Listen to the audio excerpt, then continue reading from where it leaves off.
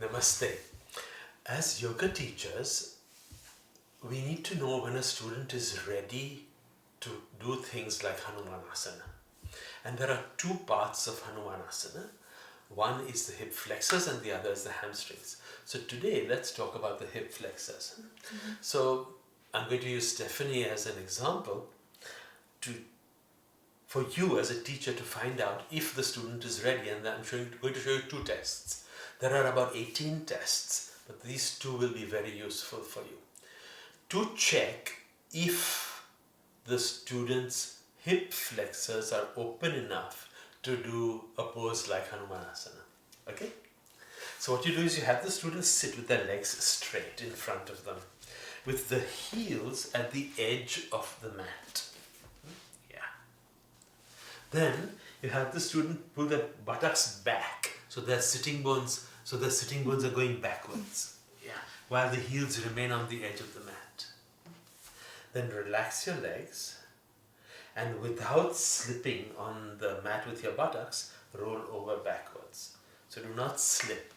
Just roll, roll, roll, roll, roll, roll, roll, roll, roll. And then relax. Now, the amount the person goes back from the edge to where they are in Shavasana tells you how stiff the hip flexors are.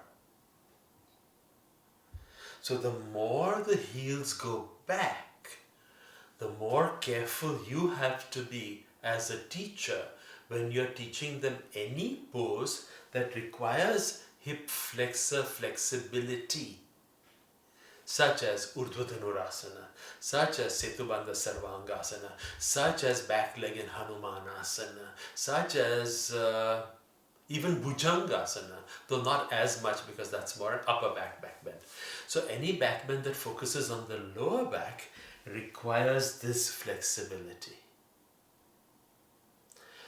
Now, by seeing student after student after student after student, you will know which amount is a lot. Usually 2 to 3 inches for somebody who is about 5 foot 3 or 4 is good. 3 or 4 inches for somebody who is 6 foot is good. But when it's 4 or 5 inches for somebody who is in the lower 5 feet height, then you have to be very careful and you have to watch the person's thigh bones relative to their pelvis to make sure that the hip flexors are open enough so that the back bend doesn't go into their lower back. So that's number one. So slowly roll over and get up. So there is one test. The other is a visual test. So for this one, my dear, kneel with your spine erect. And actually kneel. So there you go.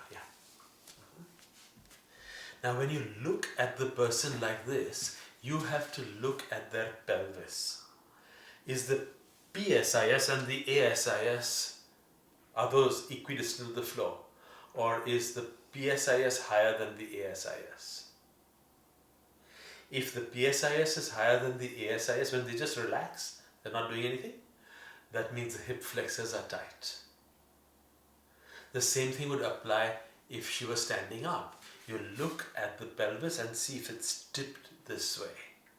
So as a teacher, you have to be very mindful of the tip of the pelvis.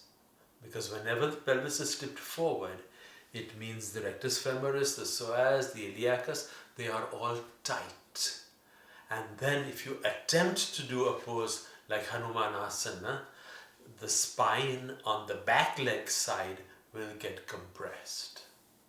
So please pay attention to these two actions, to these two things, before you teach somebody how to do a back bend that opens their, that requires the opening of their hip flexors. That's all for today.